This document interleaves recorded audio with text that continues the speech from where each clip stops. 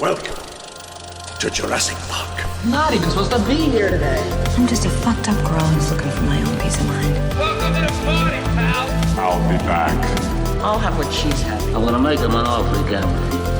Here's looking at you, kid. You're gonna need a bigger boat. All right, Mr. DeMille, I'm ready for my close-up. Hello, I'm your host Jim McLean. Welcome back to another episode of More Than Pixels on a Screen, a spoilerific movie review podcast brought to you by Banterflix, cinematic discussion with a Northern Irish accent.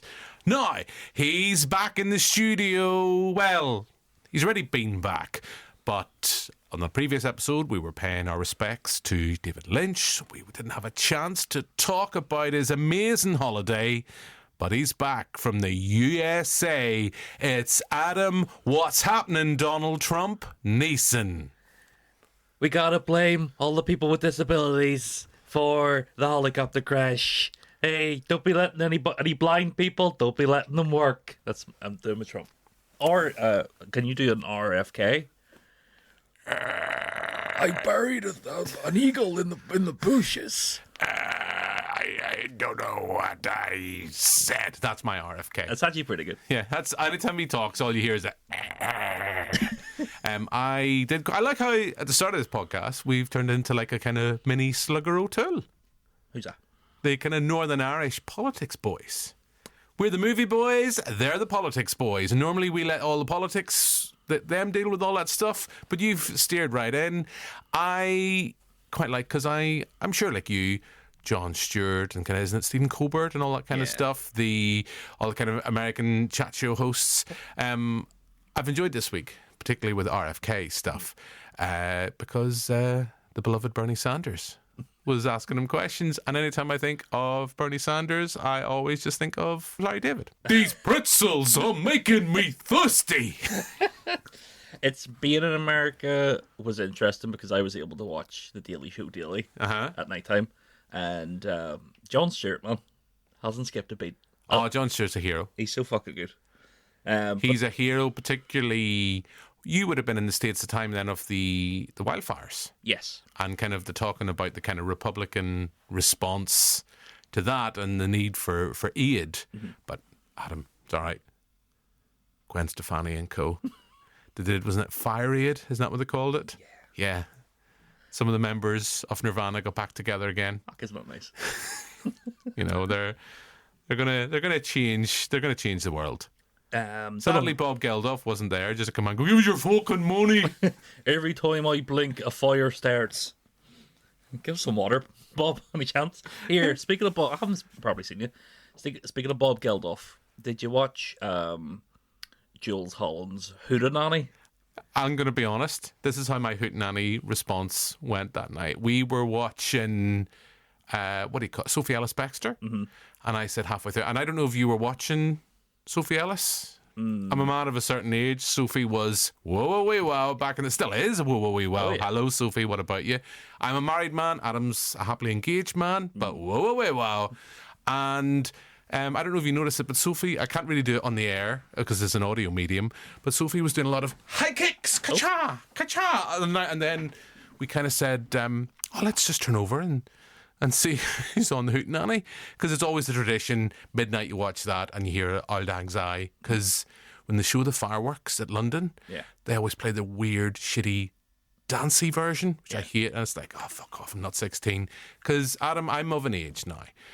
Whenever I hear Auld Lang Syne, I always have a wee cry. When it's on, especially if I'm sitting and I hadn't had that much to drink that night. I had a few whiskies. And we turned over. Bob Geldof was there. We went, let's just watch Sophie Ellis. We turned back over. But actually on that night, I haven't even asked you how your New Year's Eve was. It was a very awkward situation in our house. Because our neighbours, who we love dearly, Pete and Jade, we'd said, do you want to come over early on New Year's Eve for a wee whiskey to wet in the new year? Thinking they'd come round about 8 o'clock. Fuck off, about 10. So either one of two things, we could go to bed, or we could watch TV and whatever it is and just be on our own. And we got, I don't know, do you stay up New Year's Eve? Traditionally, no. No? You're way to bed about 8:30 going like, fuck you, previous year. We were in Heidi's sister's house in London this year because we had to get an early flight. Oh, that would have been mental with the fireworks and stuff going off. It was very nice, but I was being like, if I was at home, I would have been bed hours ago. You were having forced fun. Yes, because our blow-up mattress was in the living room. Okay. So, do you know, like when you're at a party and you're Yeah. like, I have to sleep on the sofa, and you're like, I have to wait till everybody goes to bed. I just can't be like, right. So, yip. We've all been there. But anyway, they came over at about 8. And 9 o'clock came, 10 o'clock came, 11 o'clock came, and I came several times. And they're not going to go. And we had lovely little duck, some duck, crispy duck to do with some pancakes. We springers. Yeah, but Jade's vegan, so we had no vegan snacks whatsoever because we didn't think they'd be coming over. So we had to wait till they left at midnight to then kind of like about 12:30 we're going, right, duck's in the oven, crack it open, get the things. Now, actually on that note, I know we're recording this and this episode's going out in February, but do you have any kind of, obviously not since you go to bed early, do you have any New Year's Eve customs? Do you do like all that kind of stuff, like first footing, all that kind of? Are you going to look at me as if I'm going, what the fuck am I talking about? Just a wee smooch. Wee smooch Is about the only. up against the mirror. Or Where you good-looking bastard. usually when I lived with my parents or whatever, would be watching a film, my mom would have already been away to bed. Just going to hear Dak. Let me give you a big smooch. Mush them lips up there. But my dad would always look at the clock, even if he was, when there was, you like fall asleep and you're just like in your chair asleep, and then he would like wake up, look at the clock. It'd be like 12:10. He'd go, up he'd get. Do the meme of "Let me shake your hand." It'd be that big handshake. Happy New Year, son. Back to the chair, back to sleep. And then he said, Jesus, son, haven't seen you since last year. Oh well, that's always a classic. That's always a classic in our house. But anyway, that was New Year's Eve. How was the holiday? I know regular listeners will know you kept us informed. We had 2 updates from yourself. You had some awkward situations in park, but sounds like you had a pretty good time away. Incredible. Almost didn't get away. January 1st, turned up at the airport, got through security, standing about doing the old looking through the duty free, and there was a wee message being like, "Please come to the customer service desk." Right, got there, big line, and then the whispers started going through the line. Flight's been cancelled. I was like, fuck. Guy comes down the line, says, You Adam Neeson from Vanderflix. He's like, I've heard about you, You Shaker. award-winning filmmaker. Come down and be like, right, we're going to get your bags off the plane. Everybody has to come and get your bags. Like, shit. As we're walking, email comes through. We were in Stansted. No. Gatwick. Gatwick. We had to get to Heathrow within an hour to catch a flight to Tampa. Not Orlando, but Tampa, which is about 100 miles away. Okay. But we had to get to Heathrow to do it. So sorted that, about 80 quid in a taxi, rushing, got there, got on the plane. We were in a row of 4, me and Heidi in the middle of 2 strangers. Everybody around us seemed to be in the same family. Is this going to be ironic since we're going to be talking about the Before movies tonight, that you had the start of a blossoming relationship? Well, it's really a true test of a relationship because people behind us were playing games on the screen. So tap, the back of your chair for 10 hours. And the people in front of us put their chairs all the way back. And I said to the woman, "Could you put your chair forward, please?" And she said, American, "Sir, I have the right to put my chair back. I am going to sleep." 14 minutes into the flight. Another 9 hours and 45 minutes to go, Jim. It was a real test. But anyway, we got there. You got there. Once we got to Tampa, had to get another 130 quid taxi to fucking Orlando. Got there. Next day, delightful. Disney World. Pretty much went to Disney every day. Now, I did bring up on the podcast, or you had brought up on the podcast, that I'd be getting interviews from... Look, I didn't want to bring up this touchy subject, but prior to your departure, there was the discussion of, Jim, forget like the big heavy hitters, forget kind of interviewing Kneecap, forget interviewing, I don't know, like superstars of the movie world. I'm going to get you the guy who does Beetlejuice. And each time I came back, anytime I sat with your little voice notes, I was like, oh, is this going to be the Beetlejuice one? No, didn't happen. Let me tell you what happened. Not if you're not squeamish, but if you're eating your dinner, maybe Fast forward or put it on 1.5 speed. yeah, 1.5 speed. Went to Universal one day. Heidi wasn't enjoying it. Very loud. Our Heidi, she's got a wee bit of the autism. So so Shouldn't laugh. loud noises stimulate her too much. Yeah. So Disney World, very safe place. Yes. Universal, a wee bit more for the bad boys. Yeah. You know? Like you. Yeah, I was going, popping my leather jacket up, being like, Daddy's home. Were you just anywhere just walking around by a jukebox and just hitting it? See, honestly, Every time you come on, like Cotton Eye Joe, Rednecks, just because that was playing when we started to record here, just something like that came on. whenever we were walking through the park, do you know that song that plays when a movie shows you Miami? And it's like, It's Will Smith, Miami. no, it's like, Oh, yeah. like Mexican music. Like Jennifer Lopez from South Park. Yes. We were walking through, Spicy tacos. and Heidi was like covering her ears, and there was people like dancing, like coming over us, being like, "Come on and dance." And in my mind, I was like, "Fuck, I'd love a dance," but I was on fiance duty. Got a headphones, sort of for all good. Went on Men in Black, great. Went on it again, great. You did it twice. Oh man, there was no queue. Good fun. Then went and got a Krusty Burger, not great, but. So the vibes were like, got on Harry Potter ride. We were in the queue. We were told it was broke down. Great stuff. Waited for about half an hour. Then we finally got on it. Went on the Transformers ride. While we were on it, broke down. Now, is that the one that has Megatron Yes. standing outside it? Yes. Did Megatron insult you? No, but I wish he did. Did he say anything to you? I'll tell you what, Jim. You'll see why we didn't really get doing much in Universal in a wee second. Got off Transformers. Person at the thing said, broke down, so you can have a free pass to get on any ride, front of the queue. Bang. Mm-hmm. Went, we're going on the Mummy. It's a roller coaster, indoor roller coaster, fantastic. Right. On the Mummy, Heidi goes, go on it. She comes off and she goes, oh, finally, a good ride. That was. And then. I've been waiting all my life. Doesn't say much for your fiance. But she came off, she's like, I'm actually starting to enjoy myself. And then at that point, she realised that whoever had been on the ride previously to her had maybe had their period. And her clothes, Oh, she wore a dress, the back of her clothes was covered in period blood. all right. So, we just have to go home, Jim. Did you not say, there's the key to the hotel, I'll see you later, and we're back on the Mummy ride again? Yeah, so it was sort of like... Oh, that's nasty. Yeah, it was a real dampener of a day. To the point, because I was like, what's it your period? Did you do this? She was like, no, I swear to God. And she went, was it yours?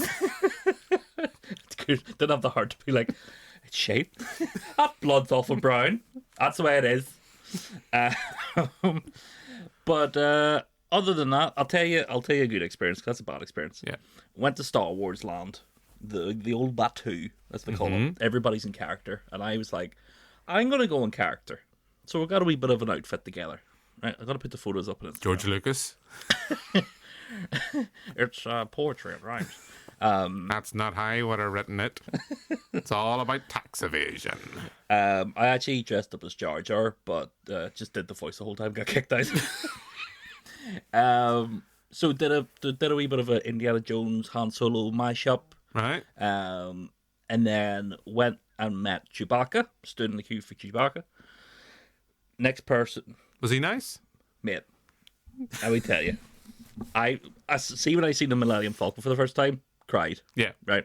Then with Chewbacca, he pushed people out of the way to get to me. Gave me a massive hug. Oh, Right? Jesus. And then he took me over to the Millennium Falcon. Right? Like, imagine this. Chewbacca, it's a fucking kid dressed as Chewbacca, right? But he takes me over to a life-size replica of the Millennium Falcon, and Chewbacca's telling me, come on. But he's like pointing at it and being like, me and you, mate. And I'm going, yes, mate, yes. And then before we'll leave, he gives me a big hug again. And do you ever have like a nice hug of a stranger Yeah. where you're just like, fuck, that's a good hug. Yeah. This person gave 2 amazing hugs. And I'll say it cured my depression. Ah. It was an excellent time. Highly recommend it to anybody. Of course, it's not for everybody. And also, if you're going to Universal, be sure to check the seats for bodily extremities. Yeah. Yeah. On that note, Aye. So Adam, we'll have you back. As I say, we have a packed show to kick off the pod, and Joe McElroy has been sitting in for you while you were away. Although we had you back last week for our David Lynch pod, just following his sad death last month. But since we're kicking off, as I say, we have a packed show, got a couple of interviews we're going to play. We're going to be talking about, because it is February, the season of Love. After that wonderful romantic story you told us about you and Heidi in Universal. We're going to be talking about a few rom-coms throughout the month. Maybe do a pod talking generally about some of our favourite romantic comedies. I know Bridget Jones is going to get released later this month. But to celebrate its 30th anniversary, that does make me feel old. The Before Sunrise film is being re-released in cinemas and it's going to be on at the QFT here in Belfast on the 14th of February. It may get a wider release. Possibly you might be aware. Maybe it's somewhere like Cineworld seems to be doing a lot of that type of stuff. May well be getting screened. It's Park Circus, so it's on re-release. But we're going to be talking about that, but also be talking generally about the 2 subsequent sequels, Before Sunset and Before Midnight as well. We'll talk about those. We'll try to cram into that. As I say, I have a few interviews as well to throw out there as well. But just to kick off, Adam, since you're back from Florida, I thought we'd start. We needed some juice. Some juicy juice. We needed some juice, and we usually go to coffee, but as Adam can verify, there's a person who works in the coffee shop beside us where we record who I don't like because he's question coffee man. He's a bit much. Every question is like, do you want coffee with your cappuccino? Yeah. It's like, did you want it with cinnamon or chocolate? It's like, yeah, just a wee bit of cinnamon, mate. Did you say cinnamon that you wanted it on? Do you want to try our wee winter blend? And you sitting there taking it away. Did you say you wanted cinnamon or chocolate? Was it cappuccino you wanted, wasn't it? Yeah. I made you a flat white. Oh, thanks. Yeah, that's what I was going to say. He means well, but gets it wrong every time. I don't know how he does it. But we went to a shop here. I thought, since you're back from the States, and I know, of course, as well in February, we have Captain America, new Captain America. Not only a new Captain America movie, but a new Captain America as well. I went to a local shop with you, like an excited child, and we are having, and sadly, it's not fizzy, so there'll be no kind of, for those, is it ASMR? ASMR. Oh, well, there's a bit of noise. Although, you'd be glad to hear that, the tradition of Battleflix is we just burp on mic. Yeah, we were burp on mic, but we have some Marvel Super LXR Hero Hydration. Now, mine is citrus lemon lime. I have the Hulk on the front of mine. What are you going with? I've got peach mango. I should say also not sponsored, but if you want to. Peach mango, and I've got Black Panther. Coconut water forever. Doesn't say that, but it should. Now, here we go. On the side, it says the power of electrolytes. We have high potency vitamins and antioxidants, green tea extract, and EGCG and stuff. And I would imagine a gallon of sugar in this. So who's going to go for it? We'll drink these at the same time. But it also says here, Jim, Super LXR Hero Hydration to help you save the day. Yeah, so this is going to help us save the day. So, here, ready? We'll drink it at the same time. 3, 2, 1. Oh. Potables. That's just sugar. Mine's very coconut watery. Yeah, I think there is a bit of coconut water in them. Are you ready for this? It says you can be a hero. Advanced hydration formulation for when you work hard, work out, or fly high. I'll tell you what. When I was away, all I drank was mango iced tea in places, and over there it's mainly just syrup. Yeah, that's just sugar. for me. Yeah. Now, I thought as well, since we're doing this now, it's new, so it must be good. Twix wafer rolls. Wafer, the little wafer. So, Adam, would you like a wee bit? No, thank you, man. You enjoy a finger. They're all stuck together. You sure you can't Twix you? No, thank you, man. Twixy?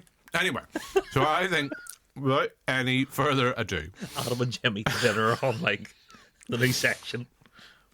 hey, if people can make money from like their feet on OnlyFans, and other people can make money from just squishing stuff with their feet, I think Newsman Jim. I've been really genuinely sitting in work recently, being like, is it worth getting my arse out for a few quid to go away again? Just to go back and meet Chewbacca. Yeah.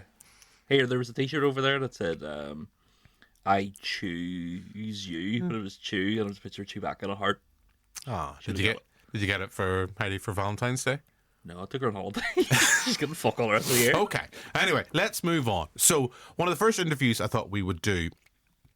Earlier this week, I got a chance to speak to Junko Takakawa about the Japan Foundation and their touring film program. It's going to be going on across a lot of cities across the UK, particularly here in Belfast, where we're interested, of course, where we're broadcasting. It's going on in February and March. I think there's going to be 8, possibly 9 screenings throughout that period at the QFT. And I got a chance to speak to her about the program. And here's that interview.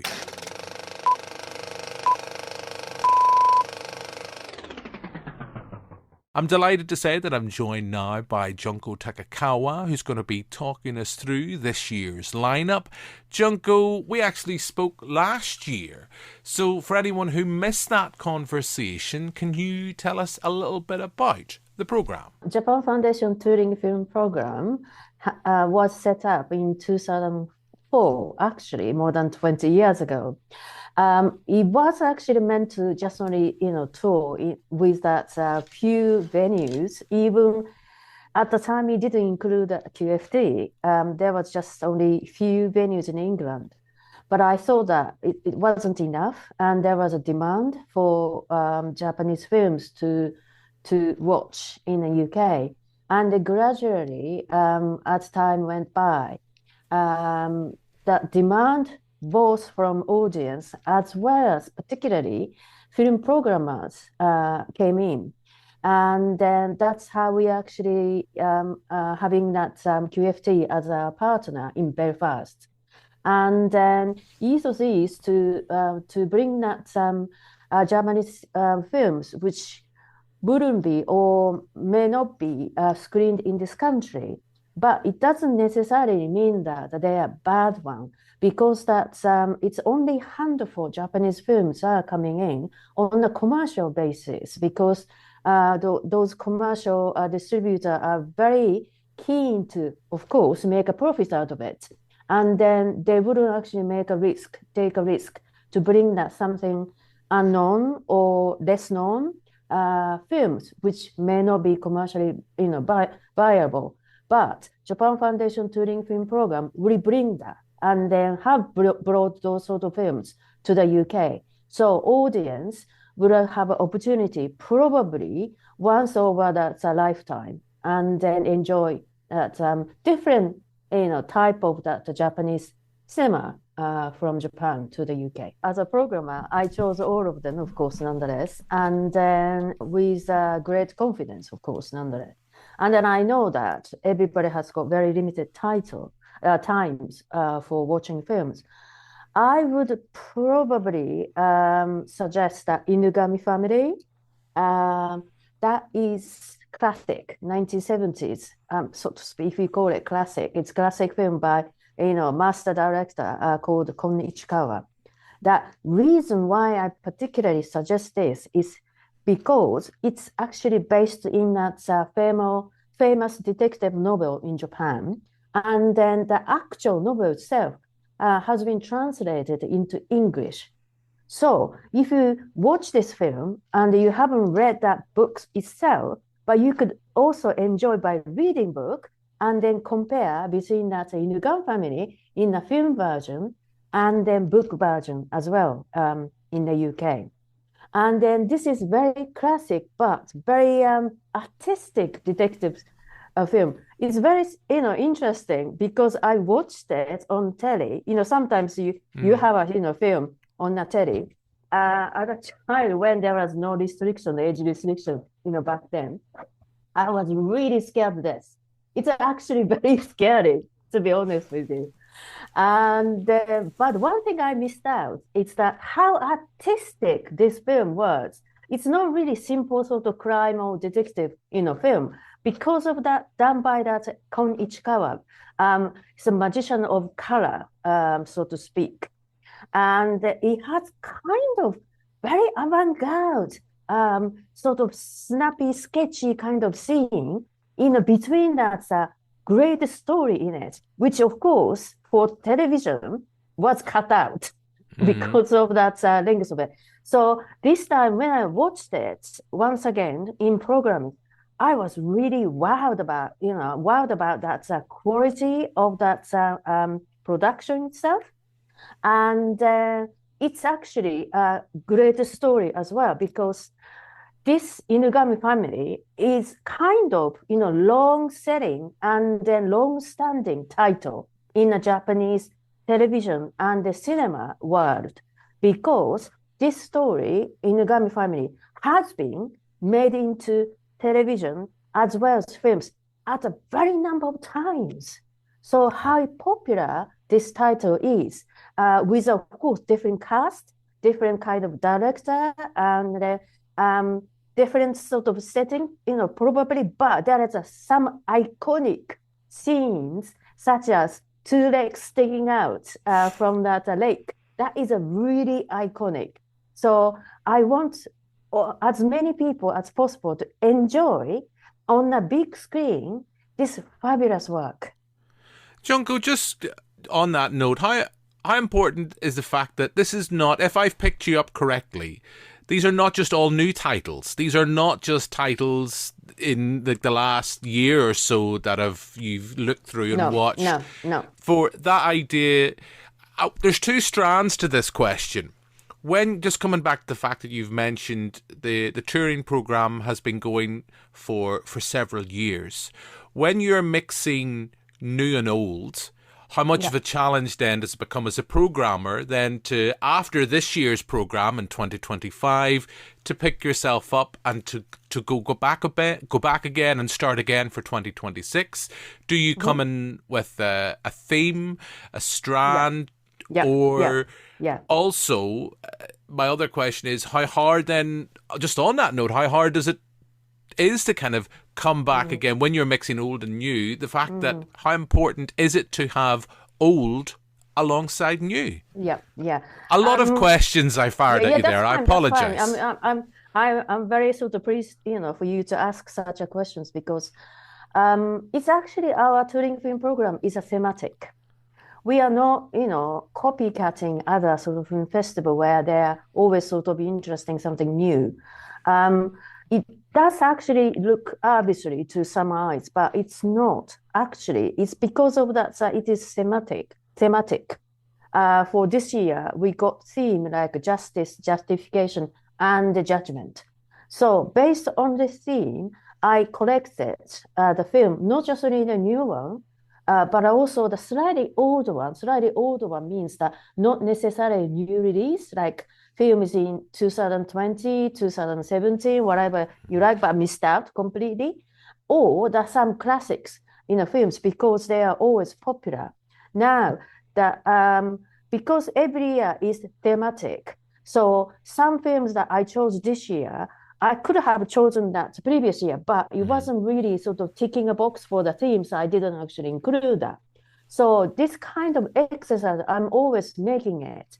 Of course, quality first, but I have to ruthlessly, eliminate that films which doesn't, don't necessarily tick on the, thematic, box. Now, we, of course, in the past, it's kind of through the trial errors, I would say. In the past, I made quite a lot of mistakes by choosing theme. For example, one time I chose that theme like based on the real, incidents, and that was really struggle because you really do that as a fact check, and not necessarily every single sort of films are based on the real incidents in Japan or beyond, and I thought, okay, I shouldn't really sort of, narrow down the theme because otherwise, it doesn't actually sort of, serve the purposes of this touring film program. So slightly sort of the theme becoming wider, but we still sort of, encompass or contain films under that one particular theme. And coming back to that question, how important is it to have, and I know you've kind of already answered that, I guess I'm just pushing you a little further, is that sense of having the old alongside the new. You've talked there about a film you saw on television. Now people have the opportunity, not just here in Belfast, but across the UK, to see it on a big screen. I know in Belfast, it's a lovely 4K projector. It's fantastic. The sound system at the QFT is fab. Those older films, how important is it to give those a new lease of life, introducing them to new viewers on the big screen? Yeah. It's very difficult to compare. I wouldn't actually certainly wouldn't say that new one is better than old one or vice versa. Of course not. Of course. It's all sort of, it depends on the quality basis. But I mean, given that classic films, although the BFI, has been making quite a lot of effort to distribute Japanese classic films, particularly through that BFI iPlays or whatsoever, but that title they have are very limited, of course, nonetheless. And then I wouldn't dare choose some title which have been, readily available. For example, even that BFI have some kind of, classic, film collections, not necessarily going around the different places. So classic films are more like for outside London rather than in London. I would like as many people as possible to watch the classic films because the two classic films this time I chose are from two master directors. And one is that Kinoshita Keisuke for Carmen Comes Home, and then Inugami Family, that was by Kon Ichikawa, as I said. And then luckily QFT chose two classic films. Carmen Comes Home particularly is a very interesting film because that was the first color film ever made in Japan. And then hardly anybody outside Japan, I wouldn't say, but anybody in the UK have seen this film on a big screen. So I think it's particularly important to tell audience how that, in a way, that's how that Japanese films have developed as well since then. Yeah, without a doubt. And I'm guessing, Junko, from listening to you talk, I doubt that the likes of Godzilla will be popping up on the Japan Touring Foundation. I doubt that, but there's more, as we've said, like I've mentioned with horror, there is more to Japanese cinema than horror and Godzilla. Look, I know your time is precious and you have other people to talk to as you do this junket for the festival. But you've talked about some of the classic movies. Is there any there, I guess, particularly with our Belfast head on, any of the newer titles, more recent titles that you might suggest? Again, something a little bit different, something a little bit left field that maybe our viewers might not expect from Japanese cinema. Is there any titles there you would maybe suggest they seek out? Right. Okay. It's a great selection by QFT, but I may actually choose Tea Friends. It sounds very cozy title, doesn't it? Sounds lovely. But it isn't. It isn't. It's not really sort of having a tea. It's actually about prostitution among that aged people. And this film is very, very unique. That I never seen. Well, I seen that some sort of Japanese film where the prostitution takes place, or focus on that prostitute selling bodies among those young people, of course, nonetheless. But I never seen any films where that old people, retired people, join that the club. Yeah. The club. And then Nicely put. Yes. And then this is just really telling that situation in Japan, that it's on the flip side, that why people actually do that, because they are lonely, and that's the way they actually having a rapport with other people or whatsoever. It actually reflecting the Japanese aging society, but with twist. There's of course, there's films about aging society like dementia or other sort of issues. We actually, put that in the program in the past. But this is totally different. Okay. So I really want many people to watch it, because I never seen anything like that, even in any kind of cinema genre. And that's saying something when you've been working particularly with this particular strand of programming for over 20 years. So that you've definitely sold me, Junko. Look, as I say, I am going to let you go.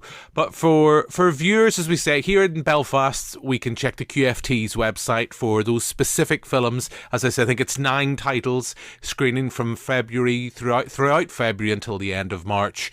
But anyone who's watching or listening to this, who's outside of Belfast in the UK, wants to know where they can see some of these titles in a city near them, where should they head? Give us your socials. Just to check that www.jpf.org.uk. It has everything. It has every information of the over 160 screenings on that website. So check out, please. Fantastic. Junko, thank you very much for your time again. Thank you very much for your time. So that's my interview with Junko Takakawa, and check the QFT's website for more details specifically on that screening. And Adam, I know we're going to move on to the before movies in just a second, but as I think I said in that interview with Junko, it's always great, this type of idea of these touring programs, to introduce people, to show that there's a wider range of cinema available from Japan or being made from Japan. It's not just new films, it's old and new, getting re-released on the big screen. And it's not just, in case of me, there's more to Japanese cinema than just horror or Godzilla. Yeah. I think there's, I know it's simple to say, but Japanese cinema is probably one of the strongest sectors of cinema in the world right now and over the last sort of 50 years, especially in its animation form. They're showing stuff like Paprika and Ghost in the Shell, which is some of the best movies ever made. But there's also so much, there's stuff on the program that I hadn't even heard of, that, even if you don't know what it's about, or you've never even heard of it, like myself, just go in blind and you'll probably get to see something very creative, something that's not the norm, and you might come out with a new favourite. I highly recommend Paprika. I watched it last year for the first time ever, and it's not something, I'm not a big anime guy, but going into it, didn't know anything about it, and was just fucking blown away by both the artistry and the storytelling of the movie. Okay, well, there you go. There's high praise from Mr. Neeson himself. So as I say, check the QFT's website for more details on that. And let's move on and chat about what we said we'd discuss, the Before movies. As I say, Before Sunrise is getting re-released in cinemas to celebrate its 30th anniversary. Richard Linklater's feature. Early on in his career, I'm kind of saying off the top of my head, was this about maybe his 3rd or 4th feature, and around then? I think it was just after Slacker, maybe? Yeah, it's early on in Richard Linklater's career. So we have Ethan Hawke and we have Julie Delpy, if I'm getting that right. Yeah. They are Jessie and Celine, who have a chance encounter on a train and end up spending a wonderful night together on the streets of Vienna. I think before we get in to discuss the movie, let's play a clip. Allô? Vanny, c'est Céline. Ah. Comment ça va? Ça va bien. Et toi? Il m'est arrivé quelque chose d'incroyable. I've been working on my English recently. You want to talk in English just for laughs? Yeah, okay. That's a good idea. I don't think I'm going to be able to make it for lunch today. I'm sorry. I met a guy on the train and I got off with him in Vienna. We're still there. Are you crazy? Probably. He's Austrian? He's from there? No. He's passing through here too. He's American. He's going back home tomorrow morning. Why'd you get off the train with him? Well, he convinced me. I mean, actually, I was ready to get off the train with him after talking to him a short while. He was so sweet, I couldn't help it. We were in the launch car, and he began to talk about him as a little boy seeing his great-grandmother's ghost. I think that's when I fell for him. Just the idea of this little boy with all those beautiful dreams. He trapped me. Mm-hmm. And he's so cute. He has beautiful blue eyes, nice pink lips, greasy hair. I love it. He's kind of tall and he's a little clumsy. I like to feel his eyes on me when I look away. He kind of kisses like an adolescent. It's so cute. What? Yeah, we kissed. It was so adorable. As the night went on, I began to like him more and more. But I'm afraid he's scared of me. You know, I told him the story about the woman that kills our ex-boyfriend and stuff. He must be scared to death. He must be thinking I'm this manipulative, mean woman. I just hope he doesn't feel that way about me. Because you know me, I'm the most harmless person. The only person I could really hurt is myself. I don't think he's scared of you. I think he's crazy about you. Really? I mean, I've known you a long time, and I got a good feeling. You gonna see him again? We haven't talked about that yet. So that's a clip of Before Sunrise. I said we're going to talk in detail, I guess, about this film, and then we'll move on to talk about the two subsequent sequels in this Before trilogy. You a big fan of this? Sorry, I'm burping due to my superhero, Jason. Fuck's sake, Marvel. Burping Man, coming to you in Phase 7 of Marvel. What's that smell? Yes, I love this film, and I think their relationship throughout the whole movie is both really sweet and really heartbreaking, because you kind of know the night is going to end at some point and where is it going to lead. And it's definitely the collaboration between the three artists at play, with the two actors and Linklater himself all sort of working on the script and working on the dialogue, all sort of, you know, intertwined. It's a real movie that you don't really get that often, especially in American cinema, where it is basically just two people having a conversation the whole time. And it is a really beautiful film, but it is a really hard film to watch as well, because there's been times in life, you know, where maybe you've got in a similar situation with somebody you've met on a random night out, or, you know, a chance encounter, and you kind of... Well, I wasn't going to ask this question because you're an engaged man, I'm a married man. I've backpacked around Europe a couple of times, not to the extent of that, but I mean, I've met people when I've been away. I know a friend of mine, now that relationship sadly ended, but we were away many, over 10 years ago at a stag do, and he met a Bulgarian girl. I forget her name, my friend Stuart. As I say, he's not with her anymore. He's with a lovely girl, Magda, now. They've just had their first baby together just before Christmas. And they randomly bumped into each other on the stag night from a friend, ahead of my friend's wedding. Spent the night just pretty much walking around Berlin. And I think they stayed together for about 9 months. Because it's different now. I mean, one of the weird things about watching particularly the first film, and I think it comes back into parallel when you look at Before Midnight, you see kind of... There's a great moment in that film, in the Before Midnight film, where we have, I think it's like 3 couples are all discussing, and there's a young couple talking about a long distance relationship, and they talk about Skype and mobile phones. And like when you look back at the end of the first film, I think they make a reference to this, like they didn't even get a number from each other. It was literally like they spent the night talking to each other, and then they're like, yeah, we'll meet again here in 6 months' time. I remember many years ago being after a gig, I forget, I think it was Foo Fighters in Dublin. I met a lovely German girl, And nothing happened. But it was just we basically spent most of the kind of waiting around because we're waiting for a bus to go back to Belfast. And it's a fond memory. It's one of those ones, you go, what if? But it's like, yeah, but I'm happy now. Yeah, I suppose it's less the... I love the way Adam didn't answer my question.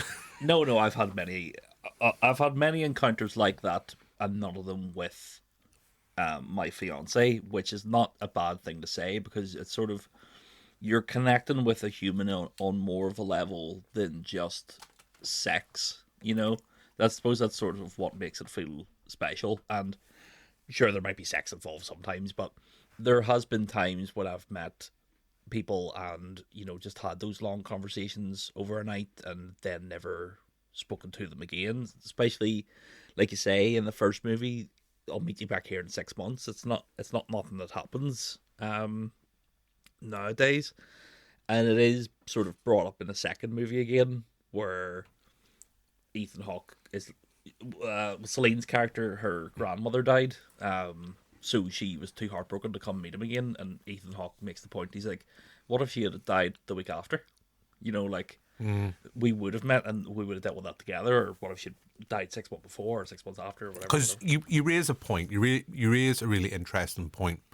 Watching these movies now, you're kind of skewed because you know there's the first film, the second film. There's 3 films. And you were saying before we started to record, it's not confirmed, but I think there is talk that there's going to be a 4th entry, because this is like Richard Linklater does this. He likes to revisit characters, or he has no problem carrying on projects. We've seen with Boyhood, you know, how long he was able to work on that. And you were saying he's working on another similar idea with Paul Mescal as well. I'm a huge fan of Richard Linklater, I have to say. Not all his films are amazing, but I love him as a filmmaker. I wasn't a big fan of Hitman, I think, wasn't that his last? Gwen Powell. Yeah. I thought it was okay. There was charm to it. I like Linklater in the fact that he always brings a bit of himself to genre movies. But he can still kind of, a bit like Steven Soderbergh, he can kind of understand the tropes and rules within the genres that he sends. But hey, I'm still the person, as much as I love Boyhood, I'll always love him because he gave us School of Rock. Yeah. And, other such great films. But anyway, look, I know I'm getting sidetracked, but the fact that we're skewed in the fact that we know they do end up together. Imagine, I didn't watch this when this was released in 95. Coming back to watching that first time, that sense of heartbreaking, because you're going to look at it, it's interesting in the sense that they're not young. They're in their mid-20s, would you say? So it's not like they are 15, 16-year-olds, naive people on travelling around Europe. They're older people. I think, you know, he's in a relationship. Friends are getting married, etc. He's going to visit his girlfriend, and that's, of course, when he that relationship, I think, breaks up. That's why he's kind of travelling around Europe on a rail card and is getting the cheapest flight he can get back home from Vienna. I have been there. I remember many, many years ago being in a relationship with a girl, and it wasn't as glamorous. She was from Sheffield. And that relationship died. And it's like, goodness, like, before I was meant to be here for like 4 nights, fuck that. I'm just having to get, instead of a flight home, got a train, and we ended up getting the boat, the slow boat from Liverpool to Belfast, which was hell. Which was with all the truckers, sexy truckers, having their sexy trucker parties, and I'm like, I just want to sleep. This is an 8-hour. If I was flying, I'd be home in like half an hour. But this is like an 8-hour boat. Your film version's called Before Midship. Yeah, but you watch that at the time. As I say, you don't know if they're going to get together. They're not youngsters. They make this decision. It's a bit like an affair to remember. That sense of a chance encounter. Like their entire relationship is built. I'm nearly certain it's two Germans, isn't it?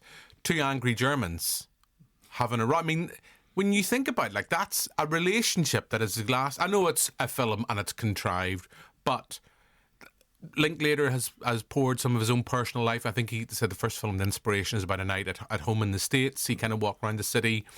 He was much more involved. I don't think the 2 actors, Delpy and Hawke, were involved so much in the writing of the first one, but since then they've definitely been involved in the creative process.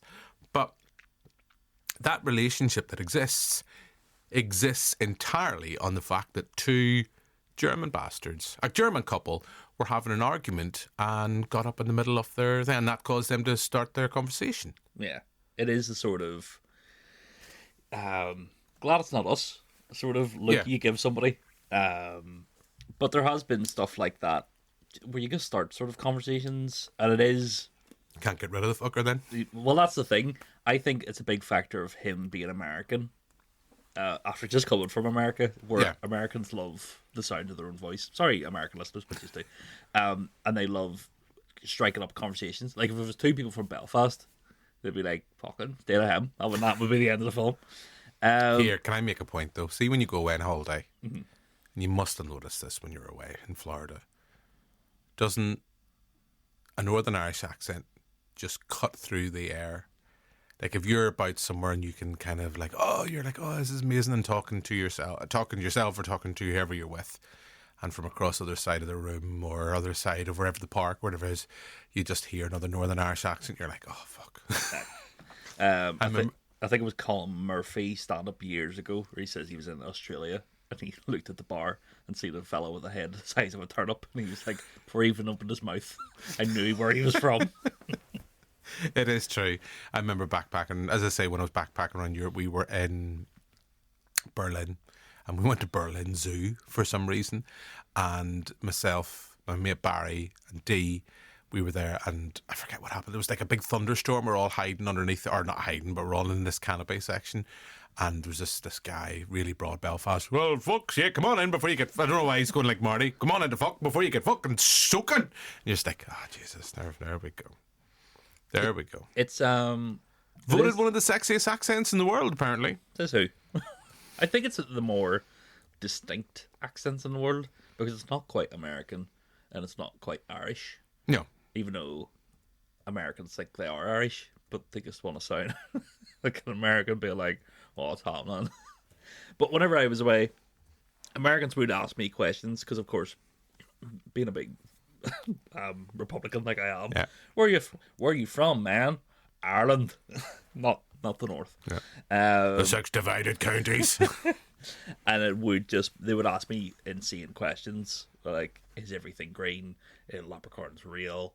One guy asked me, is there snakes in Ireland? And I was like, not anymore.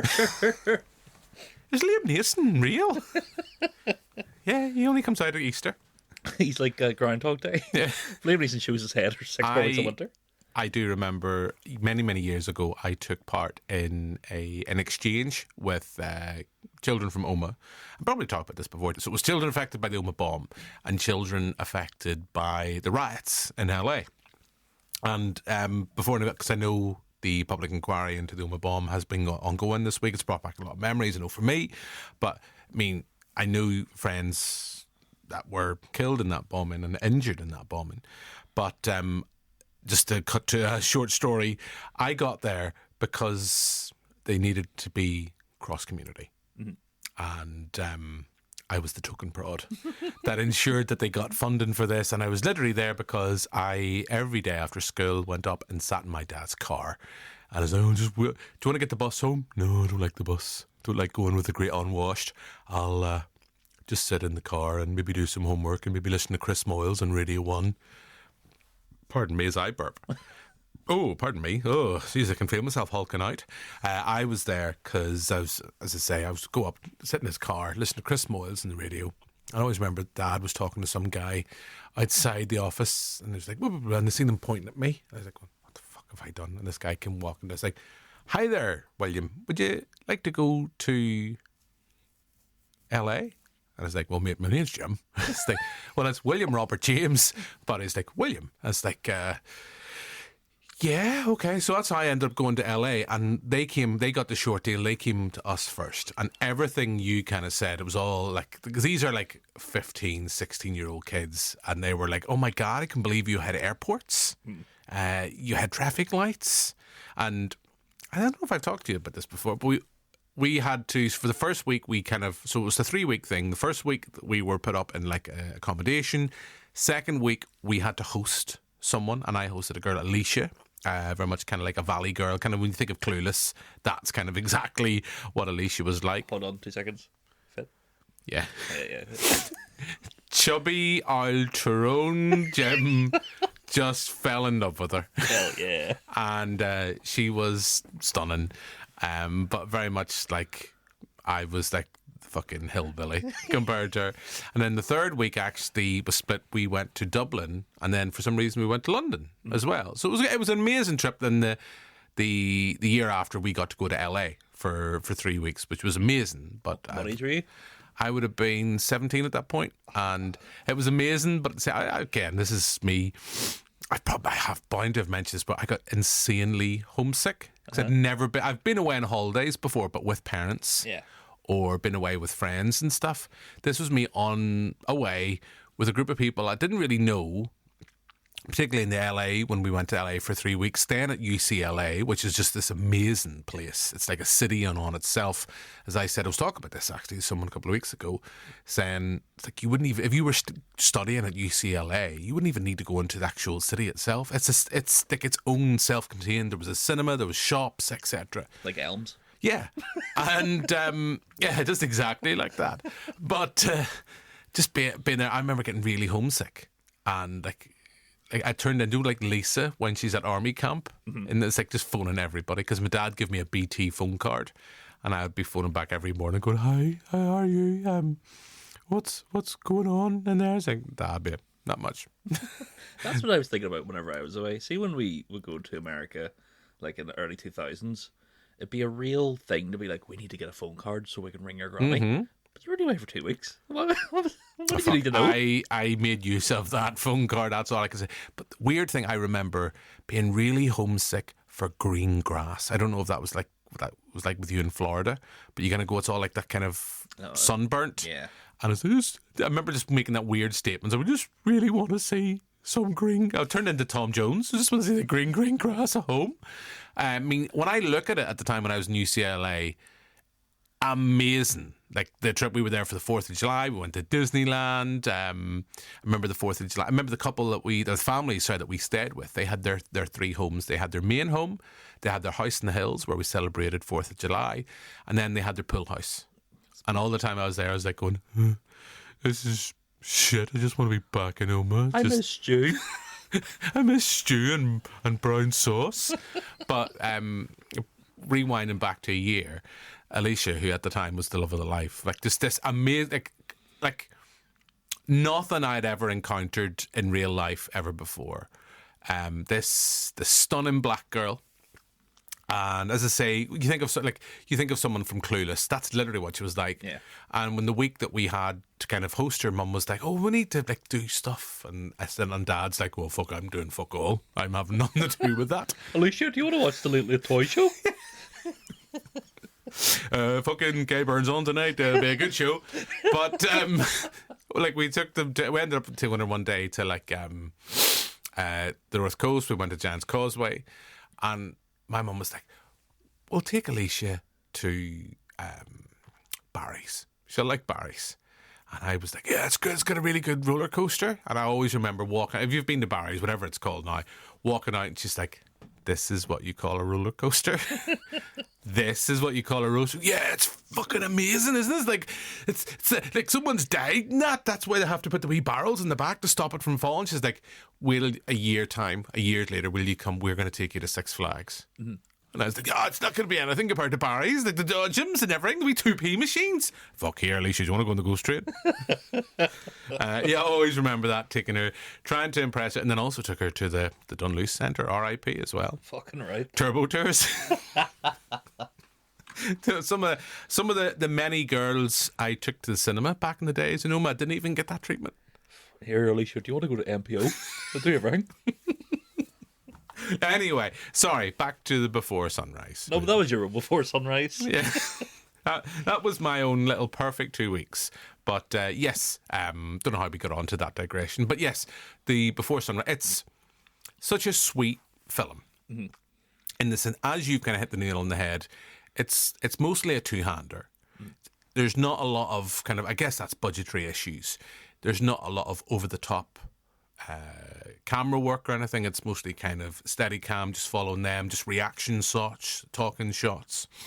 And what I love, particularly in that film, is right at the end, after they've had this big heart-to-heart with each other, and they've talked about how really like you, love to know more, but I've got this flight booked.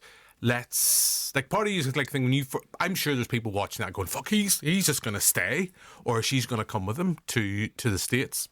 They're like, no, let's make a deal. Let's meet again in 6 months. It's a bit like, is it a brief encounter where they arrange to meet at the Empire State Building, and then one of them gets killed? Not in Before, obviously, but in a different film, in that kind of style. You know, when you're watching that film, you're like, as you see the train rolling out, you're like, fuck, he's going to get on the train or anything. He's going to say, fuck this, I'm going to get on the train, which, you know, is a nice nod into what happens in the next film. Yeah. But you watch and you go, fuck, will they ever get together? And you're like, Jesus, you don't know. And you've got the ambiguity going, fuck, you can connect the dots in your head. But what I love is after that sequence, the film just cuts through and it just pans through to Vienna, and it's all the places where they've been, just having discussions, and they're not there anymore. And I always think it's really sweet. Yeah. I think it's sort of like him on the train remembering that night. Yeah.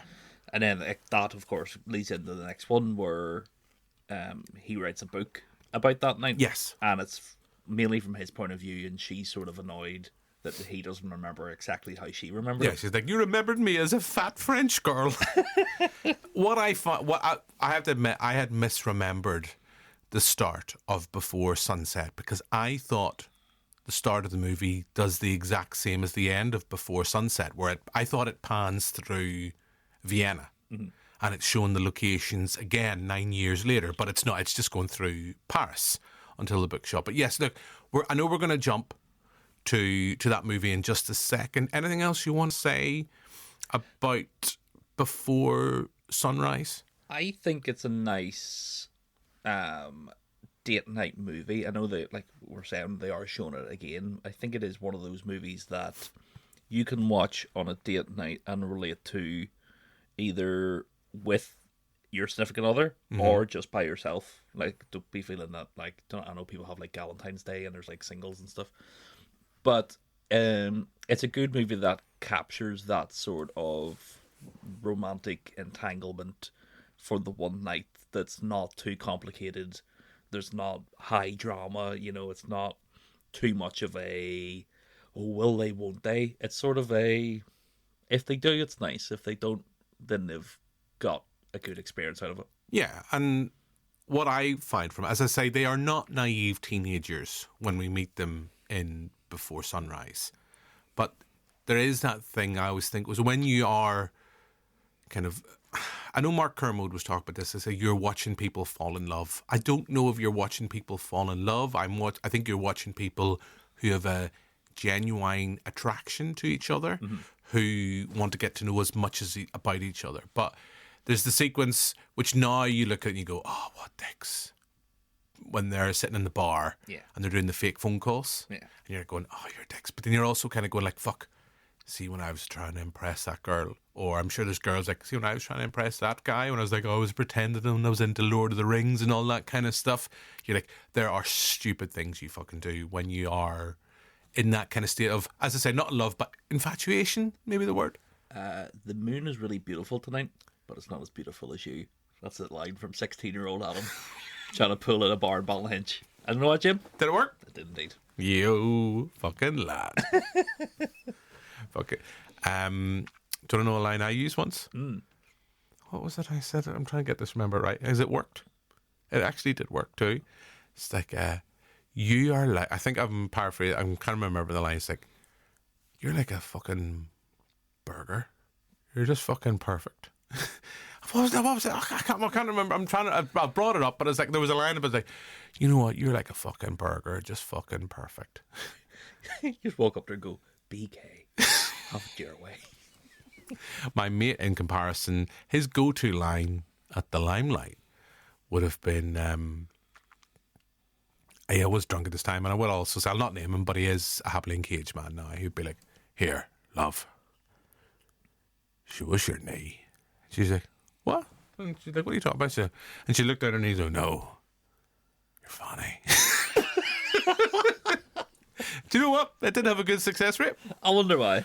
My other mate, who on many a times, I think I've mentioned this pod before, he would have pretended to be Guy Lightbody's brother.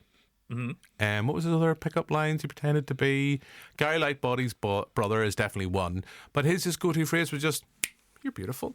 That's pretty good. You're beautiful. It works. It does. I used to say after the aftermath of the Limelight, everyone's standing outside.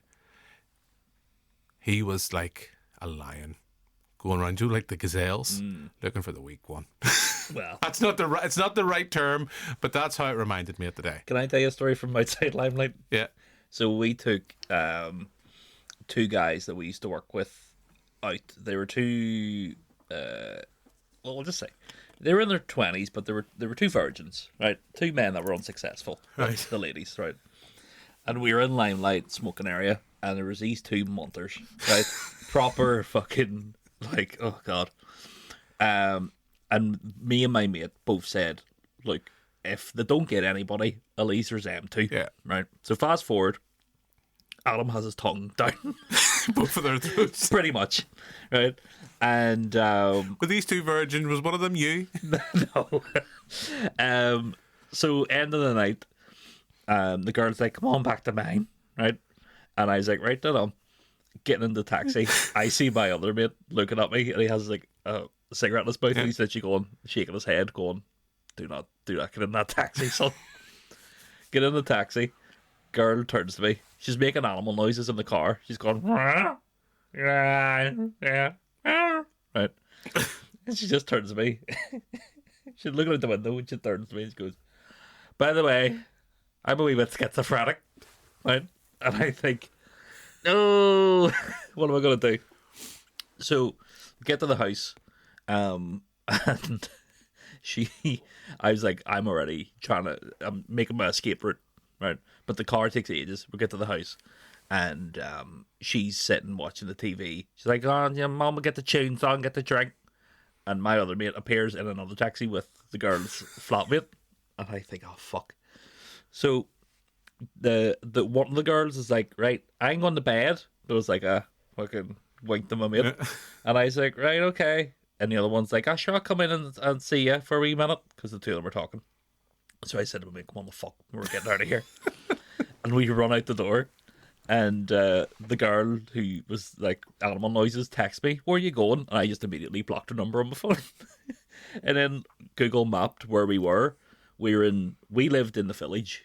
Yeah. In West Belfast, sort of. Yeah. And we were in Newton Ards. And this was 6 o'clock. Well, about 5 o'clock in the morning. And we walked home. Nice. Yeah. Got a McDonald's on the way. Win-win. Yeah. Dundonald? Yes. Win-win. That was good. I remember, since we're on that kind of conversation, on this Before Sunrise, Before Sunset, and Before Midnight pod, I pulled a girl at the Egg, or the Bot, and we went back to, I made the schoolboy error, Adam. Took her back to mine. Oh, no. And she was a very pretty girl. She was a nurse in Belfast. And I'd just been out of a relationship. I wasn't ready for something long term. I was a bad boy, Adam, back in the day at university. Came back to mine. We fooled about. That's as much as I'll say on air. We fooled about for a wee while. And eventually I was like, gentleman as I was, got her a taxi. She just said, like, I don't want to stay the night. She's like, I'm going to get back. And I said, okay, I'll get you a taxi paid for it. Next day, Adam, I was sitting, this is university, Jim, at his peak, meant to be at class, sitting playing the PlayStation, probably Metal Gear Solid 2 or something like that, going, oh, fuck, I love fucking Solid Snake, fuck, this is amazing. Who's that? Hiya, just, thought maybe I'd come round for, see you again. You're like, fuck. No. So we kind of, not proud, Adam, fooled about again. Well, did you pause your game? I don't trust autosave.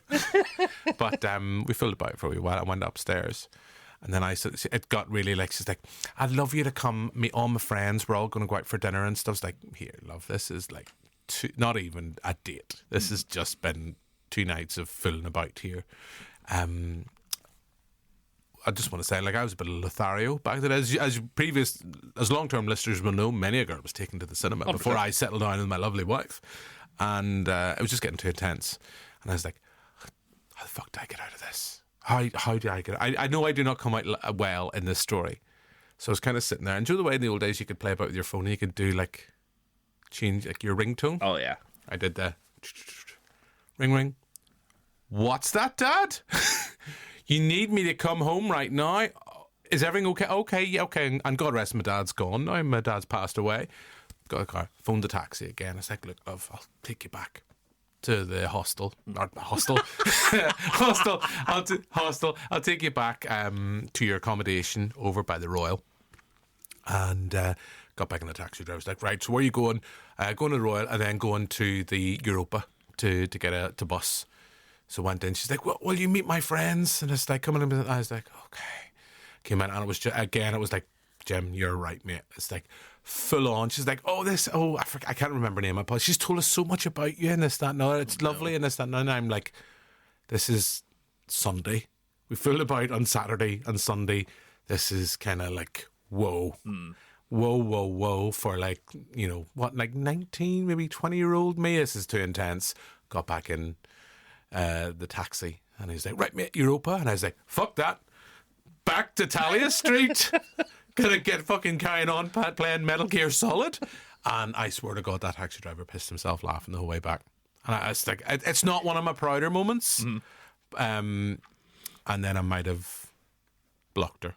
She might have actually have come back to the house and not answered the door. Just you head behind the curtain. Yeah. Aim for play. Yeah. As I say, Lothario. Other, like, just on the, because we're on this, like, another kind of before sunrise kind of encounter with me. I met a girl at Thompson's. She was stunning. Stunning. And came back. We were both very drunk. And she came back to our house and fell asleep on the sofa. Or fell asleep on the chair, sitting, old man style. And I said, well, fuck, I don't really want to wake her up. Yeah. So I just went on to bed. Yeah. Next morning, like about 3 o'clock in the morning, I just heard the front door of our house just open. She didn't come up and say goodbye or anything. She's like, bye-bye. You know what? You got to respect those sort of nights. I've had those nights where I remember going to a girl's house after a night out and we had a wee bit of a smooching. Smoochy boochy. And she said, I don't want to do anything tonight. And I was like, that's fair enough. And then because I just sat there and I just went, can I just sleep in your bed? Because I don't really want to go home. And she was like, oh, if you want. Literally the two of us just slept in the bed. Woke up the next morning, had a lovely wee cup of tea and toast. And I was like, right, see you later. Thanks very much for a good night. She's like, oh, thanks very much for a good night. Away we went. Is Richard Linklater working on the rights for that for his next film? It's called Tea and Toast. Tea and Toast with Adam Neeson. So yes, so very quickly back to Before Sunrise. I think we're very positive about that film. Imagine, there's a loveliness to it, the fact that in 95, watching that, if that hit someone at the right time. Now, as I say, come back to that point, we know there's 2 other installments. We know what happens to this couple. But watching that, I mean, it must have been a thing, that sense, the whole idea, I guess, what Banderflix was founded on, that post-movie chat. You're like, oh, what? You know, go to yourself, I wonder if they would get back. I'm sure many a woman said, yeah, I'd go back in 6 months. And many a fellow went, nah. Fuck it. I think back then, if you were the right age for Dazed and Confused to come out as you were sort of leaving school, and then for Before Sunrise to come out as you were sort of getting to that age of like relationship age, you would probably be like, Richard Linklater can do fucking no wrong. Yeah. This man has tapped into my brain. And then there's people like me that only knew him for years for You're Good at Piano. School of Rock. And there's nothing wrong with that. School of Rock's a masterpiece. Jack Black's finest performance. 100%. And also, Crime Scene to Screen also covered Linklater's Bernie, which is, yes, I think, very true. Jack Black's second best performance. Very, very true. He knows how to get the best out of Jack Black. It's basically say, see all the swearing and effing and jeffing you do? Just, you're not allowed to do that. Don't need it. You don't need it. Jack Black is at his finest in kids' films, I think, or films for younger audiences when he can't kind of go off and do like Tenacious D movies, where it's just like, fuck this, fuck that, or what was that terrible one, the Christmas one, Satanist, or Dear Satan? Oh, fuck yeah. Which was terrible. He just can kind of... I like Jack Black. But anyway, we're not going to digress onto that. I mean, I think we're both... I mean, I mentioned that on the social media post. We're both fans of Richard Linklater. Oh, 100%. And his back catalogue. And we'll come to that at the end. But let's move on to the Before Sunset movie. So 9 years later, we have our two love-struck lovers reconnecting again in Paris. And before we get into chatting about that movie, let's play a clip. Did you show up in Vienna that December? Did you? No, I couldn't, but did you? I need to know, it's important to me. Why, if you didn't? Well, did you? Oh, thank God you didn't. Well, thank God, thank God you my didn't. God. I mean, thank God I didn't and you didn't. I mean, one of us had showed up there alone, I know. then that would have sucked. I know. I was so concerned with that. I always felt horrible about not being there, but I couldn't. You know, my grandma died a few days before, and she was buried that day, December 16th. She that died, day. the one in Budapest? Yes. You remember that? Yeah, I remember everything. Of course, it was in your book. But anyway, I was about to fly to Vienna, you know, and we heard the news about her, and of course I had to go to the funeral with my parents. Yeah, well, I'm sorry to hear that. I know. You weren't there anyway. Wait, why weren't you there? I would have been there if I could have. I made plans, and you better have a good reason. What? Oh, no. No, you were there, weren't you? Oh, no. Oh, that's terrible. Oh, no, I'm laughing, but I don't mean it. Did you hate me? You must have hated me. Have you been hating me all this time? You have. No. Yes, no, you have. No. Oh, but you can't hate me now, right? I know. I my don't grandma... hate you, all right? Come on, it's no big deal, all right? I flew all the way over there, you blew the thing off, and my life's been a big nosedive since then, but I mean, it's not a problem. No, you can't kidding, say I'm that. kidding. Oh, I can't believe it. You must have been so angry with me. I'm so sorry. I really wanted to be there more than anything in the world. Honestly, I swear. honestly, I mean, you I can't be swear. angry now.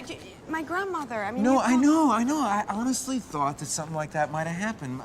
I was definitely bummed, but mostly I was just mad we hadn't exchanged any phone numbers or any information. I know, that was so stupid. No way to get in touch. I know, didn't we had even know nothing your to last go name. on. Nothing. I know. I mean, but remember, we were both afraid that if we started writing and calling, that it would slowly, fade out. Yeah, it definitely wasn't a slow fade. No, it sure wasn't. I know, we wanted to pick it up where we left Which off. would have been fun yes, if it had worked. A good idea. So that's a clip of Before Sunset, this time in Paris, Adam. As you've already alluded to, we have Ethan Hawke's character, now a successful writer. He has written a fictitious story about this brief encounter in Vienna. And I think it's a fictionalized, or I think he leaves it ambiguous in the book whether they reconnected or not. He's there at a book signing in Paris. There, lo and behold, Celine shows up and they have a chat again. And of course, as we mentioned, and as we had in the clip there, did they not go back to Vienna to rekindle that relationship? And as you mentioned, it emerged that she didn't because of family connections. But I think genuinely surprisingly, he did. Yeah. And I'm going to say now, this is my favourite film of the three. It's, an hour and 20 minutes? Mm-hmm. I don't think it is, but almost feels like it's in real time. Yes. Because it's literally, he has, an hour or so to kill in Paris. He's chatting with Celine around the city, but he has to leave for his flight to get back home. He's been on the book tour. They rekindle, they talk about the relationship, they talk about kind of where they each are. I think they both are in relationships at this point. He's just recently divorced. Oh, divorced, No, yes. And he has a son, which will come back again in Before Midnight. It parallels Hawke's real relationship with Yes, Uma Thurman. And I think, obviously he talks about his son, but now we know that it's his daughter in real life with Maya Hawke. And it is such a nice film. It would have been probably surprising, like we keep saying, we know there's a third, but it is sort of like the sequel to be like, oh fuck, did they get back together? Is that what the movie's going to be? And the movie sort of meets these people older in life, have been through more romances, been through more drama, but whenever they're back together again, they sort of drop back into how they were in their 20s. Yeah. And it is, very realistic, but there's also a part of you that sort of thinks, like, this will never work. The getting together and talking, and life has just passed them sort of both by, and they're in different worlds, and the ending, not to spoil the ending of it, but the ending to me is a bit bittersweet, and then that picks up again in the third one, where it's sort of like you're choosing to go back to something that made you happy in your 20s and not knowing if that is the best thing in life to do. Not knowing if that's not necessarily the right thing to do, but not necessarily if that thing will make you happy again. Yeah. This is the thing that you think, this was going to be the thing that was going to change my life. This was the person, because I guess on both sides they have over-romanticized, and I guess we're all guilty of that. I mean, there is people that have come in and out of our lives that we look back on and you go, fuck, if things were different with that. And other than that, I mean, I'm perfectly happy where I am now and who I'm with now and what I'm doing. But in all kind of forms of life, either jobs, love, living, where you are, you kind of go, fuck, remember that? Like everybody, like we've just been reminiscing about, this story and that story. I know a lot of time when we get together with friends from school, we reminisce about that kind of stuff. It's that kind of the rose-tinted glasses that nostalgia gives you, and how you build up. And I'm kind of thinking in my head of like an eternal sunshine of the spotless mind, where you kind of think like Clementine kind of saying, I'm not a concept. I'm just a fucked up girl. And it's like this idea that people put these ideas and they think, oh fuck, if I'm back with her or this, that, and other, that's going to make me happy. Everything hasn't worked out the way I wanted to.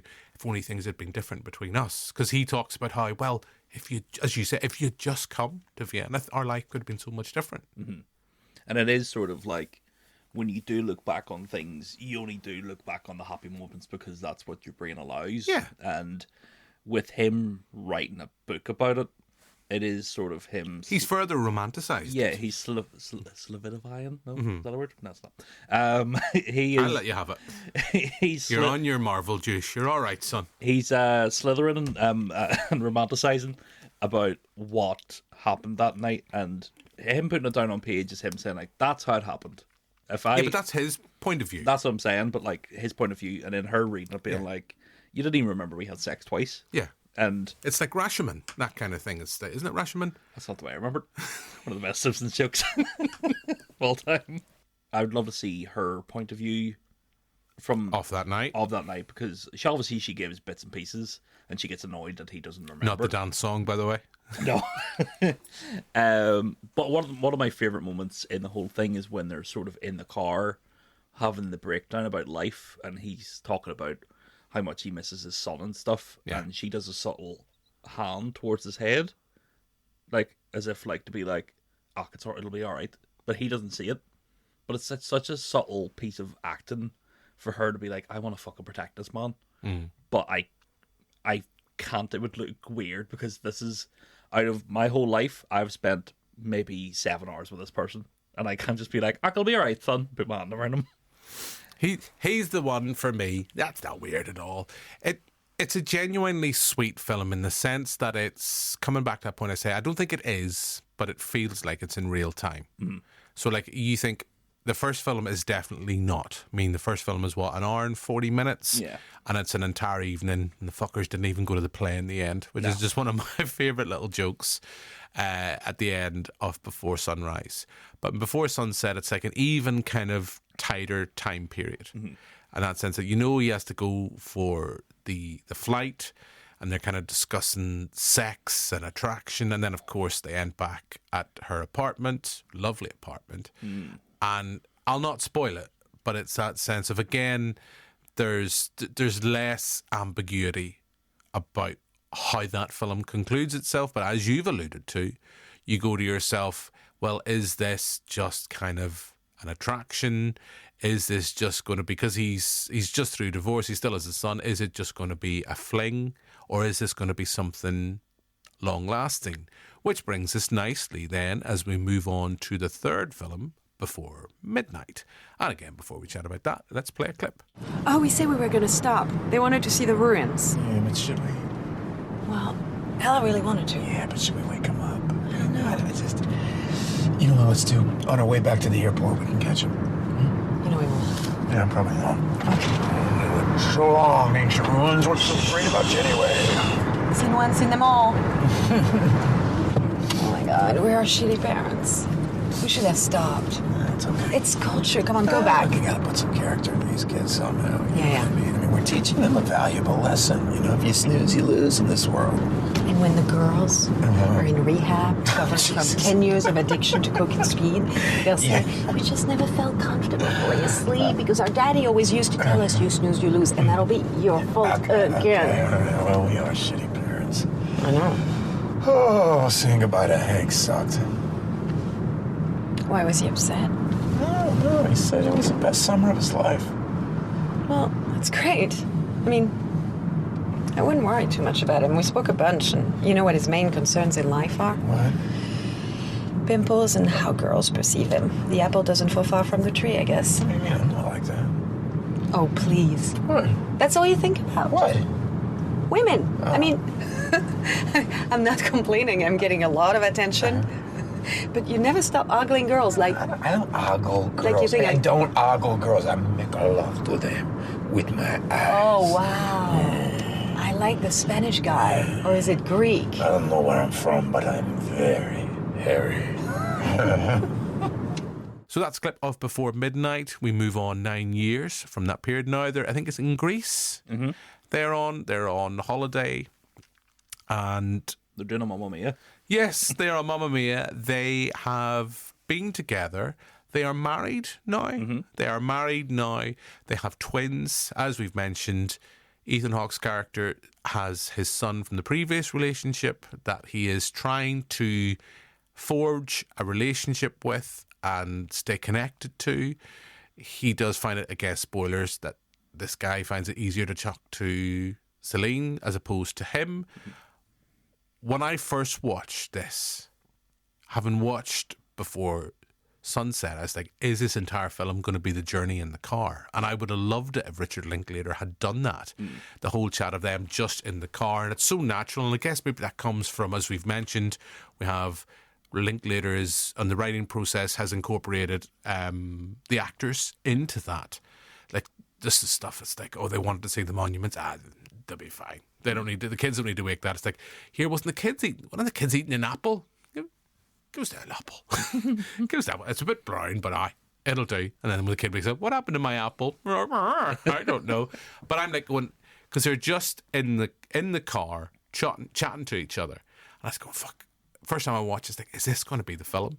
And in no way was I like, that's not going to be a good thing. I was like, oh, this could be quite brave. Of course, it's not. It's maybe about 20 minutes. Yeah. Even if that. Yeah. I think this is the longest of the three films. Mm-hmm. And then, of course, they move out. There's that sequence I've already alluded to. They're chatting around with friends at the table. I think their friends get them a hotel room for the night. And they're talking about their previous... There's a young couple, as I say, they're talking about their relationship. Similar-ish kind of connection that we saw in Before Sunrise. But it just shows you with the rise of technology how different that relationship is. They had Skype.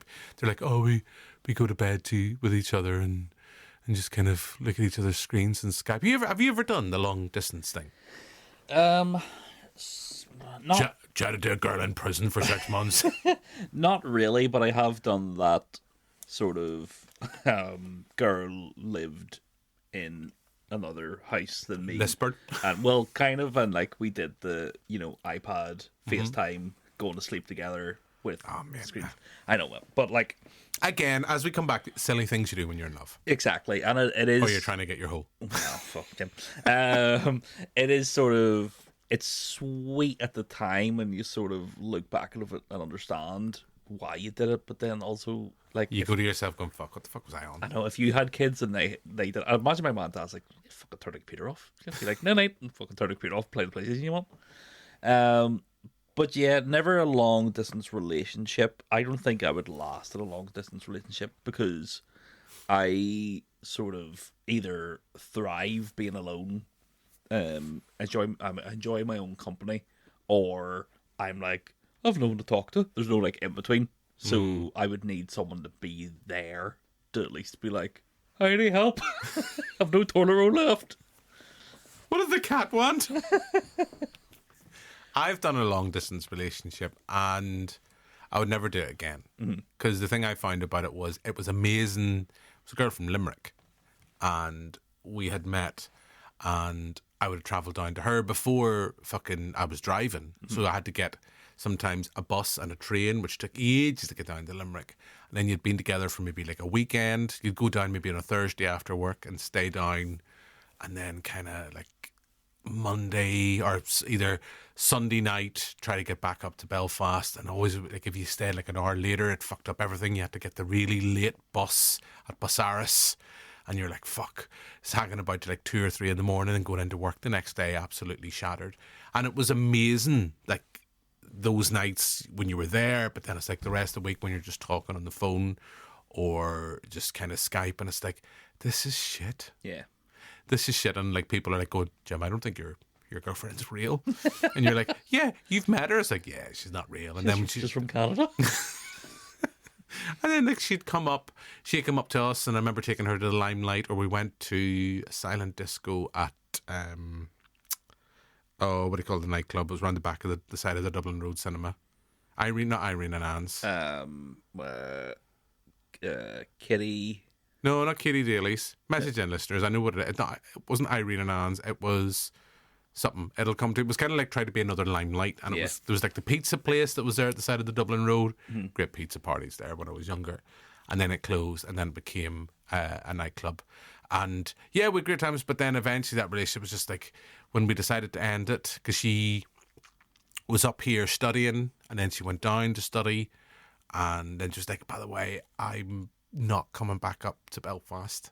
I've been offered a job in County Clare, and I'm like, that's even further away. Fuck that. Yeah. We both were like, yeah. We stayed friendly for a while, and then it was just like, yeah, it's not worth it. Was it Atomic something? Atomic Kitten. Message in someone if you can remember the name of that bar. It wasn't Bob's anyway. Do you ever go to Bob's in the Lisburn Road? No. Oh, amazing place. Is it like Ryan's? It begins with S, I think. Wasn't Ryan's. Ryan's is on the Lisburn Road. Anyway, we've completely derailed the pocket. So, are you a fan of Before Midnight? For me, it's the weakest of the three, but it also, what I love about it is the fact that we've had these two films, which is very ultra romanticized idea of their relationship and all the potential of their relationship. And there are parts in the film where it's heartbreaking, where you kind of go, they talk about pretty much that it never really lived up to that kind of idea, that expectation, the idea we had of what it would be, and kind of that desire to go back and rekindle the way they felt in Vienna. Because I think Before Midnight is the film that does the most flashbacks, or in terms of visuals. I don't think there's any, maybe bar a few in the opening, of Before Sunset. Before Midnight, to me, sort of doesn't hit as hard, and I think that might be an age thing. I think it's, I'm not in a marriage for that many years, don't have any kids, so don't really know how, I can, in my head, sort of imagine, but like we've been saying, being in those, it's very rare that those, like, one night sort of romantic events evolve into anything more. So you've got these two characters that have had two sort of romantic events, and it's been, that first night has pretty much taken up not most of their lives, but definitely, that Ethan Hawke's character's life as it is what led him to success. So it's been on his mind a lot. So he's definitely going into a marriage being like, this is going to be amazing, and then the reality hits him of, not even to be like, marriage is terrible, but like, the day-to-day, the raising the kids, the sorting the insurance, and then going on holiday with your significant other.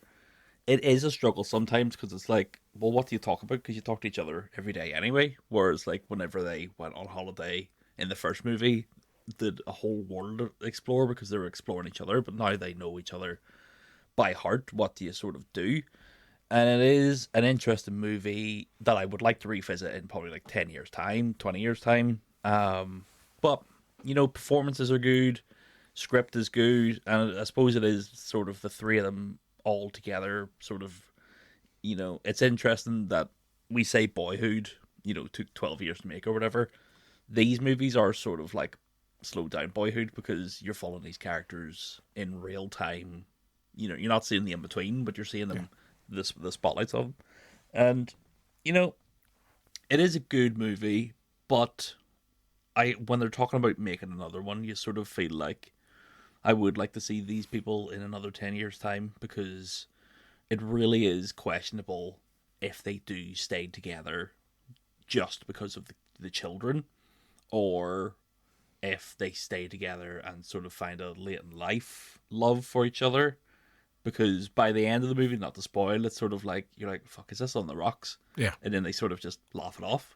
And it's sort of like, well, that's kind of what a healthy relationship is.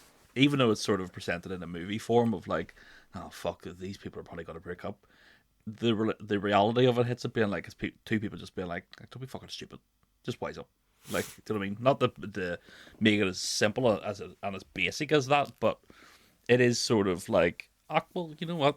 Even though these two people say it isn't as exciting as they thought it was going to be, they're probably people that look at their relationship like the other people in the movie and be like, they've got a solid relationship. No matter how many times they fight or argue over anything, they will probably be together until they die.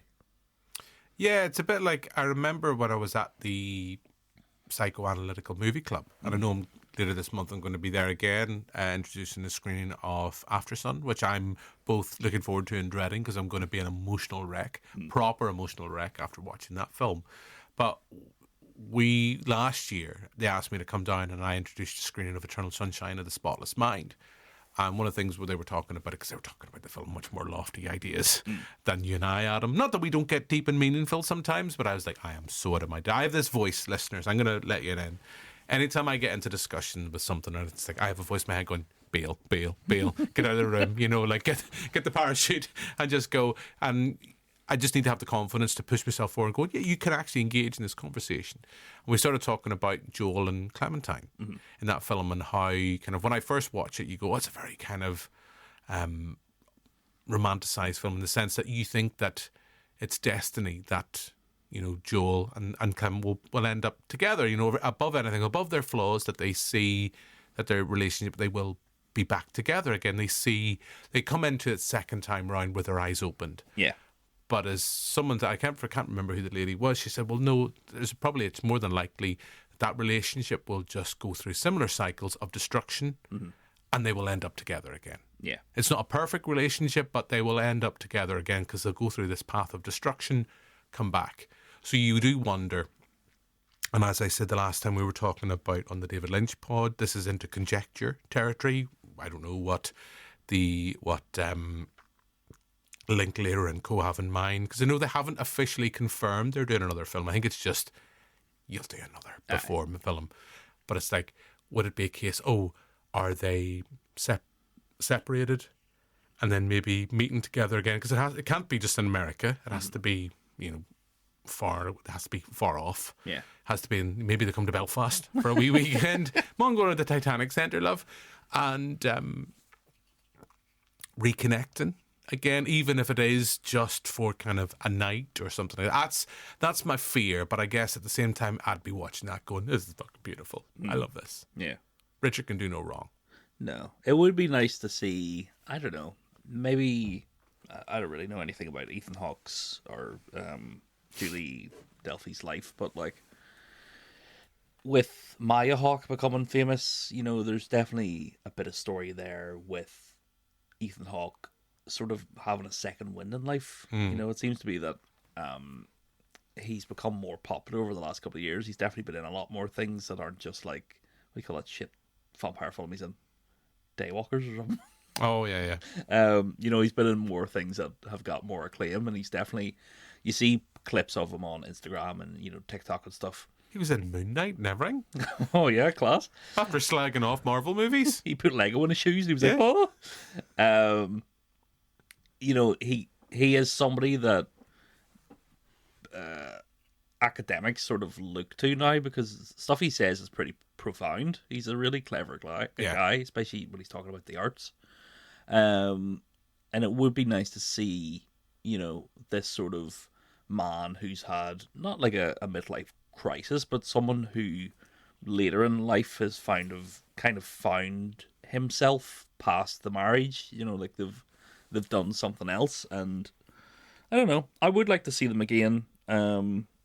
No one fucking America. You'll probably see them in a Super Bowl ad together before you'll see them in a full film. Yeah, or for some weird kind of Google product or something like that, or travel insurance or something like that. Yeah. I don't know. Hey, money talks. Yeah. What can we say? Because, of course, we've had Billy Crystal and Meg Ryan reconnecting over Mayo. Mm-hmm. You know, I know I'm cynical, but it's still nice to see them together. I like Billy Crystal. I'll have what she's having. Indeed. And then you've also Will Smith in The Matrix, mate. Yeah, that's very true. Terrible. That's true. What can I say? The Matrix is broken, but yeah, 3 genuinely sweet films. Mm-hmm. And just remembering now, I mean, one of the things coming back to Before Sunset, I love. It's that sequence where they're talking about each other. It's like how close they actually came for another reconnection. The fact that it's like they're talking. It's like, oh, I was living here, and she's like, oh, I briefly lived in the States. Aye. And they were living in New York at the time. Yeah. And it's like going, fuck, could you imagine just kind of like the fact that they could have possibly been walking past each other, anything like that? This idea that just they, you know, he thinks she's in Paris, she doesn't know where he is, and they're both in the same city at the same time. And I'm completely oblivious to the fact. It's just, it's a sweet thing. As I say, Before Sunrise for me is, in my opinion, not only because it's an hour and 20 minutes, it doesn't test the bladder of a 40-year-old man, but I think it's the sweetest because it gives you answers to the previous film. Mm-hmm. And whilst there is a sense of ambiguity, there's a stronger sense of closure. I think if you're a romantic at heart, the ending sort of leaves you satisfied. Mm-hmm. Whereas some people take movies on their face value. Because when it fades to black, I could just imagine somebody being like, but what's he got to do? Like, oh, come on. Shut up, Joe. But didn't even see his arse. Shut up. What I would like to see, I don't know if you ever experienced this, but you know when you were younger and you would go on holiday to like an airport? Not even when you're younger. Now when you... No, we didn't go on holiday to an airport. we used an airport to go on holiday, Adam. The duty free's so fun. I've been here 2 weeks. Did you ever see like a girl from another family? And for like that 3-hour stretch, because you would just keep seeing them because they would be on your plane. Mm-hmm. For that 3-hour stretch, you're like, maybe I could fall in love with this girl. Did you ever have that? She's like 81 and someone's granny, but I'm 16. It's a real Harold the Bond situation. You know, how are we going to go? How are we going to tell the family? Not really in that sense. Mm-hmm. Not really. That means I was probably at that time. When you say you go on holiday to airports, I'm just thinking of fucking Tom Hanks in the terminal, just sitting there for like 6 months. Just me and Diego Luna just hanging out. Just hanging out going, here.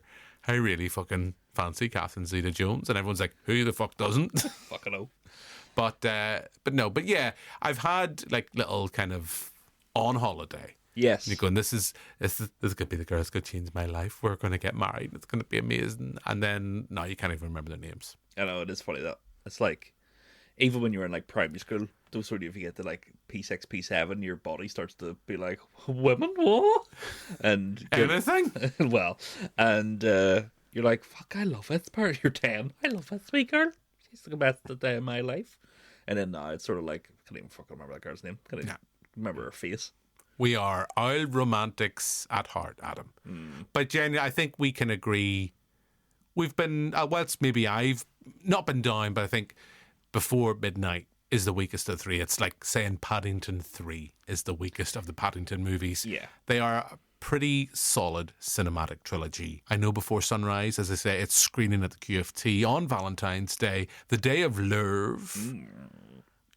You, romantic? You any big plans, Adam? Hope Heidi's going to enjoy her flowers and chocolate while she watches Sam Wilson take on the Red Hulk in incredible Captain America: Brave New World. Winner, winner, chicken dinner. And I know we're going to be talking about Captain America. We're going to make it do a bit of a recap. I don't know whether we'll do a recap before the film is out or we'll watch the new Captain America movie and include that and see if it is possibly the greatest Marvel quadrilogy of all time. Jim, I'm already saying definitely isn't. You'll have to wait and see. But anyway, that's, I think, enough on this podcast. We shall wrap up. And thank you, as always, for listening. If you've got this far, hopefully you've enjoyed the pod. And if you've enjoyed it, leave us a nice review wherever you get your podcasting fix. It's a free thing you can do that helps other people find this nonsense. You can also check out our back catalogue on YouTube, where you find episodes of the TV show. Hopefully going to be back at some point, just whenever I've decided to kind of get back in and around the Oscars. I think it was more likely when that's going to be back on air. And keep an eye on the website, because we're hopefully going to be announcing some events soon into March and later in the year as we start to plan for the Dark Hedges Film Festival. And that's enough of me selling my wares. Adam, anything you want to sell shamelessly? Have any sofas or anything lying about you've got kind of, or anything you want to throw on Vinted you want to maybe point people to? If you're a long-term listener of the podcast while I was away, I got a lot more Star Wars figures. And of course, they all will be going to the wedding. Got a figure of old bum-eye himself, Forrest Whitaker. I got what do you call him? Krennic. Ben Mendelsohn. And I got old Mads. Not Mads, the brother. General Thrawn. Can't remember his name now. But they'll all be going to the wedding, just in case. Any of them making the bridal party? I got Harrison Dula, who's Mary Elizabeth Winstead. So she'll be in the bridal party. There we go. She's a maid of honour. Just in case. What I'll do while he was there, he bought action figures. He made love to his action figures. Fucking right. While watching Ace Ventura on repeat. On that lovely upbeat note, we'll bring this pod to a close. Thank you very much, Adam. Thank you. Thank you very much for listening. As I say, if you enjoyed the pod, make sure to leave us a review wherever you get your podcasting fix. We'll be back next week with another episode. But for now, until then, goodbye. Bye-bye.